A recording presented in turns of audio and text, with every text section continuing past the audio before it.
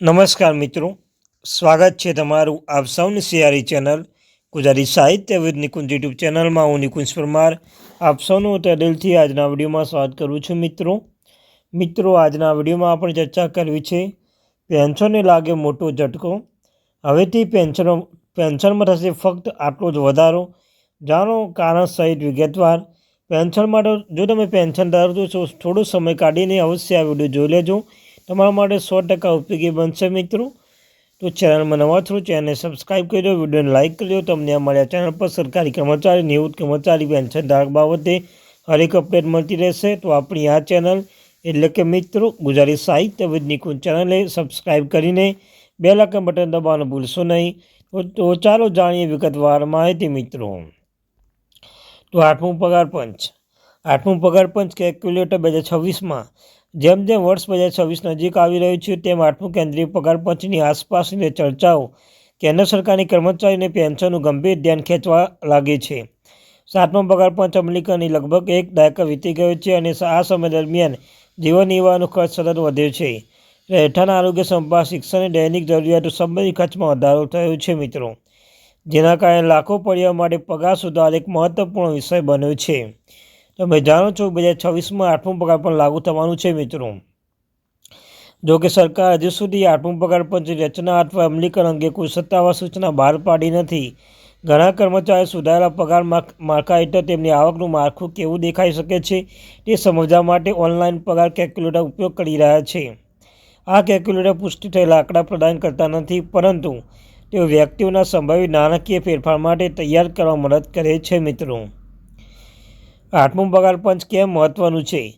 કેન્દ્ર સરકારના કર્મચારી, નિવૃત્ત કર્મચારીની આવકની માળખાનો સુધારો કરવાનો પગાર પંચ મહત્વપૂર્ણ ભૂમિકા ભજવે છે. 2016માં અમલમાં આવેલા સાતમું પગાર પંચ બેનનો સરળ બનાવે અને ભથ્થાનું પુનઃગઠન કર્યું. ત્યારથી ફુગાવા અને શહેરી જીવન ખર્ચમાં વધારો થતો રહ્યો છે, જેના કારણે પગાર અને વાસ્તવિક ખર્ચ વચ્ચેનો તફાવત વધતો થયો છે. કાર્યરત કર્મચારી માટે આગામી પગાર સુધારો વર્તમાન આર્થિક પરિસ્થિતિ સાથે કમાણીને વધુ સારી રીતે ગોઠવણી તક તરીકે જોવા મળે છે. પેન્શનોની પણ આ વિકાસ નજીકથી નજર રાખે છે અને કારણ કે પગાર ધોરણ કોઈ પણ સુધારો પેન્શન રકમ અને ભવિષ્યમાં મોંઘવારી રાહતનો સીધો અસર કરે છે. આ વ્યાપક અસર સત્તાવાર જાહેરાત તે પહેલાં મજબૂત વ્યાજ સમજશે મિત્રો. આઠમું પગાર પંચ કેલ્ક્યુલેટર કેવી રીતે કામ કરે છે? આઠમું પગાર પંચ કેલ્ક્યુલેટર મૂળભૂત એક રીતે આયોજન સાધન છે. તે વપરાશકર્તાઓ તેમના હાલના પગાર સ્તર, વર્તમાન મૂળભૂત પગાર અને પ્રવર્તમાન મોંઘવારી ભથ્થા જેવી વિગતો દાખલ કરી મંજૂર આપે છે. સંભવિત ફિટમેન્ટ ફેક્ટર, ગુણક, સુધાર ભથ્થા દર જેવા સુધાર પરિબળો આધાર કેલ્ક્યુલેટર નવા મૂળભૂત પગાર અને કુલ માસિક પગાર અંદાજ લગાવે છે. જ્યારે આ ગણતરીઓની ખાતરી કરવામાં આવતી નથી તો પણ તેઓ કર્મચારીઓને શું અપેક્ષા રાખી શકે છે તે સામાન્ય ખ્યાલ આપે છે. ઘણા પરિવારો આ અંદાજ ઉપયોગ બચતનું આયોજન કરવાનું છે, લોનનું સંચાલન કરવા અને ઘર ખરીદી અથવા બાળકોનું શિક્ષણ જેવા લાંબા ગાળાની પ્રતિબદ્ધતાનું મૂલ્યાંકન માટે કરવામાં કરે છે મિત્રો. ફિટમેન્ટ ફેક્ટરની ભૂમિકા. કોઈપણ પગાર પછી સૌથી ચર્ચિત પાસાઓ એક ફિટમેન્ટ ફેક્ટર છે. આ ગુણક નક્કી કરે છે કે હાલમાં મૂળભૂત પગાર અને નવા પગાર માળખા કેવી રીતે રૂપાંતરિત કરવામાં આવે છે. આઠમું પગાર પંચ હેઠળ ફિટમેન્ટ ફેક્ટર નક્કી કરવામાં આવે છે. આઠમું પગાર પંચ બિનસત્તાવાર અંદાજો અલગ હોય છે, કારણ કે અંતિમ આંકડો આર્થિક પરિસ્થિતિ અને સરકારી બજેટ વિચારણા પર આધારિત રહે છે. આ પરિબળ નાનો ફેરફાર પણ માસિક કમાણી નોંધપાત્ર રીતે અસર કરી શકે છે. તેથી કેલ્ક્યુલેટર ઘણીવાર વપરાશકર્તાઓને વિવિધ પરિણામો સમાજ માટે બહુવિધ દૃશ્યોનું પરીક્ષણ કરવાની મંજૂરી આપે છે. ભથ્થા, ડીએ, રીસેટ અને રહેઠાણની ચિંતાઓ. મોટા પગાર પંચને કેલ્ક્યુલેટર ધારે છે કે જ્યારે નવું પગાર માળખું લાગુ થશે ત્યારે મોંઘવારી ભથ્થું શૂન્ય થઈ જશે. જેમ કે અગાઉના પગાર પંચમાં કરવામાં આવતું છે. સમય જતાં ફુગાવા આધાર ડીએમાં ધીમે ધીમે ફરી વધારો કરવામાં આવે છે. આ રીસેટ ક્યારેક પ્રારંભિક સુધાર પગાર અપેક્ષા કરતાં ઓછો દેખાઈ શકે છે, ભલે મૂળભૂત પગાર વધે.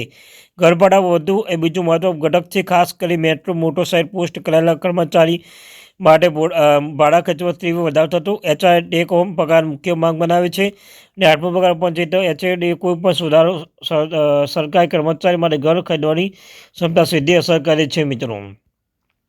પેન્શનોની અર્થતંત્ર પર અપેક્ષિત અસર. પેન્શનોની પગાર પંચની સુધારણા પ્રભાવિત મુખ્ય જૂથ છે. સુધારેલા પગાર ધોરણો કાલ્પનિક પગાર ધિરાણ તરીકે દોરી જાય છે, જેના પરિણામે પેન્શનની રકમ વધુ થાય છે. અંદાજિત કેલ્ક્યુલેટર અંદાજ પર નિવૃત્ત લોકોના ભવિષ્ય ખર્ચનું આયોજન કરવામાં આવે છે. અને ઘરના બજેટ વધુ અસરકારક રીતે સંચાલિત કરવામાં મદદરૂપ કરે છે. વ્યાપક સ્તરે ઊંચા પગાર અને પેન્શન ગ્રાહકનો ખર્ચમાં વધારો કરે છે, જે સ્થાનિક બજાર અને આર્થિક પ્રવૃત્તિ ટેકો આપી શકે છે. તે સમયે સરકાર પગાર પેન્શનમાં ઊંચા ખર્ચનું સંચાલન કરવું જોઈએ, અને જેનાથી પગાર પંચના નિર્ણય દરમિયાન નાણાકીય સંતુલન એક મહત્વપૂર્ણ વિચાર બની શકે છે. મિત્રો, આગળ શું છે? હાલમાં આટલું કેન્દ્રીય પગાર પંચની ઔપચારિક રચના કરવામાં આવતી નથી. ભૂતકાળ અનુભવ આધારે સામાન્ય રીતે પગાર પંચની જાહેરાત તેની ભલામણ રજૂ કરવાની વાસ્તવિક અમલીકરણ વચ્ચે નોંધપાત્ર અંતર હોય છે. જ્યાં સુધી સત્તા સ્પષ્ટ ના આવે ત્યાં સુધી પગાર કેલ્ક્યુલેટર અનૌપચારિક માર્ગદર્શક સાધન તરીકે કાર્ય કરવાનું ચાલુ રાખે છે. અને કર્મચારીઓને પેન્શનની સલાહ આપવામાં આવે છે. તે કેલ્ક્યુલેટરના પરિણામ ફક્ત સૂચક તરીકે ગણો અને ફક્ત અંદાજિત આંકડાઓના આધારે મોટા નાણાકીય નિર્ણય લેવાનું ટાળે છે. અંતિમ વિચાર: અનિશ્ચિતતા સમયગાળા દરમિયાન આઠમું પગાર પંચ કેલ્ક્યુલેટર એક બળદ આગામી સંસાધન છે. જ્યારે તે સત્તા સરકારી સૂચના સ્થાન લઈ શકાતું નથી, તે કર્મચારી પેન્શનોને બજેટ પગાર અને પેન્શન પરિસ્થિતિ અગાઉથી સમજવાની મંજૂરી આપે છે. જેમ તેમ ચર્ચાઓ વિકસિત થાય છે, તેમ તેમ સત્તાવાર નિર્ણય જાહેર થાય છે, તેમ તેમ આ અંદાજો ધીમે ધીમે પુષ્ટિ થયેલ છે. પગારમાં આખર માર્ગ આપે છે. મિત્રો, તો આ ત્યાંથી મહત્વપૂર્ણ. Thank you very much.